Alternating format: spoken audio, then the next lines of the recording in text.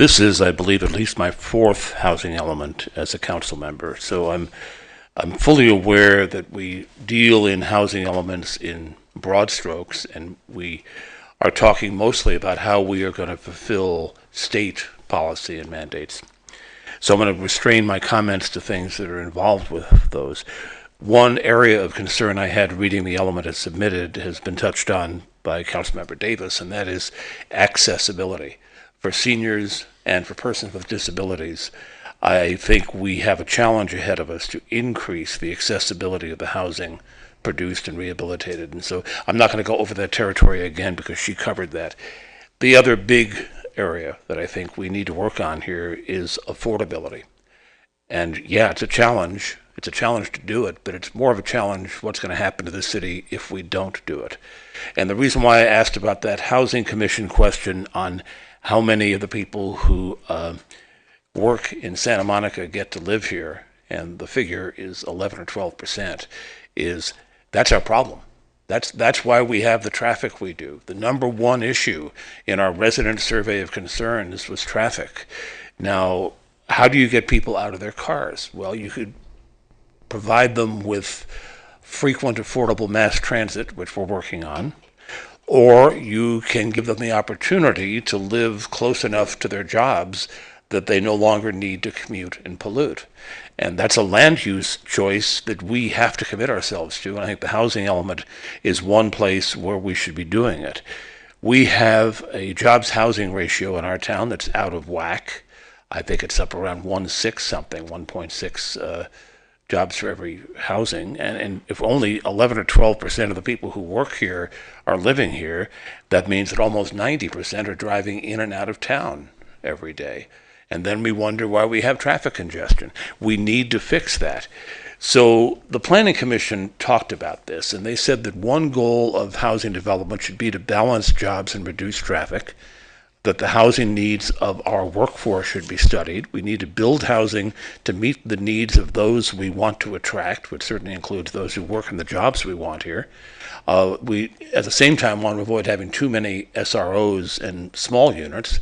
And we shouldn't let the developer's bottom line be the leading factor in setting policy.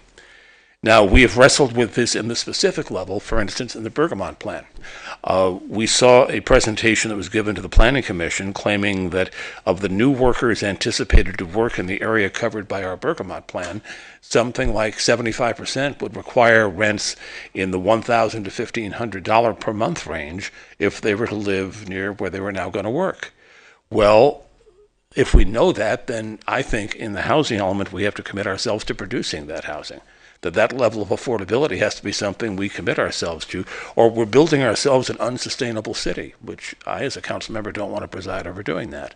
So I'd like to see a much stronger element of commitment to affordability, which would include, yes, those extremely low income units, even though they're difficult to do. And another way of looking at this came to us just this afternoon from the Legal Aid Foundation of Los Angeles, and I really regret that it came in at such the last minute that all I could really do is highlight a couple of sentences in it. But they point out that in their mind, the draft housing element doesn't properly address the need for preservation of existing affordable housing units along transit corridors. And let me speak for a moment to that. Councilmember Davis mentioned that when transit comes in, the value of the adjacent land goes up. That's only part of what's going to happen. There are also state mandates going in place that will change the development standards for properties within a certain distance of transit. Now, that's a state policy, therefore it's very, very appropriate for us to address it in the housing element, which is our response to the state.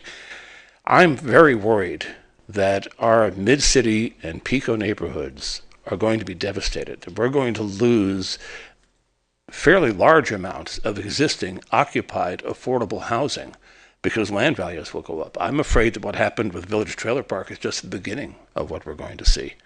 And I think that's something we need to commit ourselves to mitigate in every way possible as part of the housing element, because it's in response to state law and state policy. Moving on to other things I highlighted here in the Legal Aid Foundation letter, they point out also that we need to facilitate the development of housing affordable for Santa Monica's diverse workforce. And we have an economy that has a lot of retail jobs, a lot of hotel workers, people who are just never going to be making $120,000 a year. And yet they're an important part of our community and our economy. And I would like the final version of the housing element to much better address our need to create housing for those people. The Legal Aid Foundation also comments on the issue of parking. I'm not sure that's really part of a housing element. That's something I want to just acknowledge that I've read that, and I will get back to staff on that later. But the two big things for me that I think need to be amplified in a revised, improved version of this document are accessibility, which is for seniors and people with disabilities, and affordability, so we can truly become a community where people live and work and reduce the obscene amount of traffic that has to come in and out of this town every day.